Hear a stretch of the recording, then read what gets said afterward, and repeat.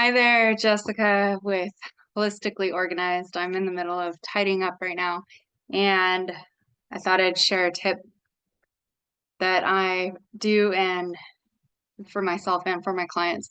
So I just have this car seat insert and the warranty.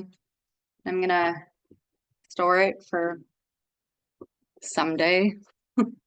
And so the tip is I love using Ziploc bags to store the things because you can see exactly what it is. You can write on the Ziploc bag whatever the thing is, and you don't care if it gets messed up, which is great.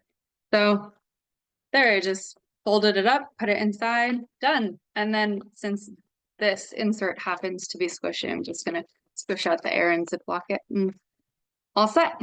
Okay, hope you enjoyed this really fast, cheap organizing trick. Have a great day. Bye.